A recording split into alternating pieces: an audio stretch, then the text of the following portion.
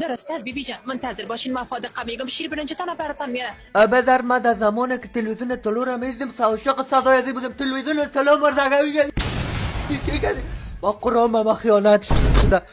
با قرآن من نمیفهمیدم کی مردگو. با خدا عاشق صدای ازی بودم. یک دختر زلیخا بود، گل سیاه بود، دریای سیاه بود، ریالش هم میدیدم. صدای ازی را من خوش داشت. لطفا خدا نگران نکنین. درست است. امی بوده؟ یکی صدای آسیه بود، بله. یکی زلیخا. زلیخا و بیبی. بابا چیزی که دخترها را دوبله میکرده.